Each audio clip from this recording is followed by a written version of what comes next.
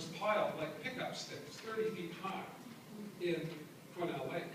So the pond breached, went into Holly Lake, which overflowed and went into Hazeltine Creek, and became 2 football fields wide, with toxic sludge and contaminants.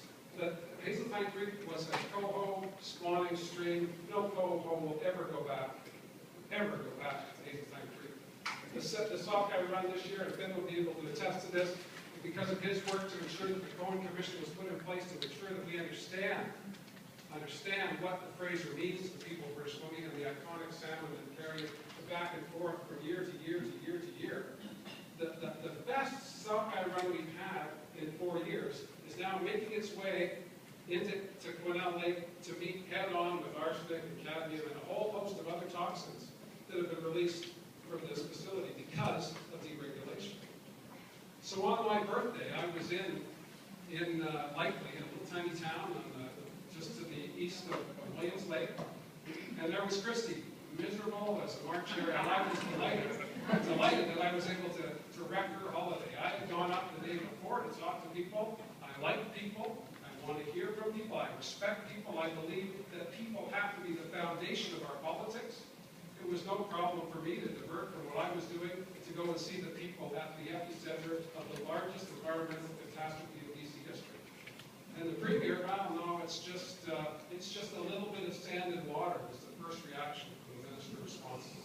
A little bit of sand and water. Later in the week, he called it similar to an avalanche if you don't count the arsenic, you don't count the cadmium, and all the other toxic elements that were released. 17 million cubic meters. Think about that. And I say 17 million now, on the day it was 10 million. And then a month later, well, there might have been almost twice as much as that, but that press release didn't get much of the coverage that the first couple of days did. And in fact, I'm going back to Mount Holly tomorrow because I think that's more important, and that demonstrates leadership.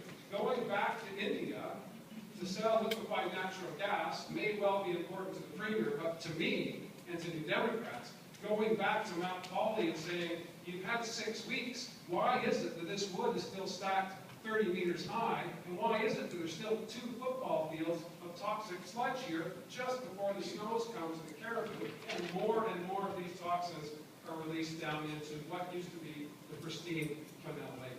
It's not leadership to go to India and sell gas to people who don't necessarily want to instead of paying for the gas.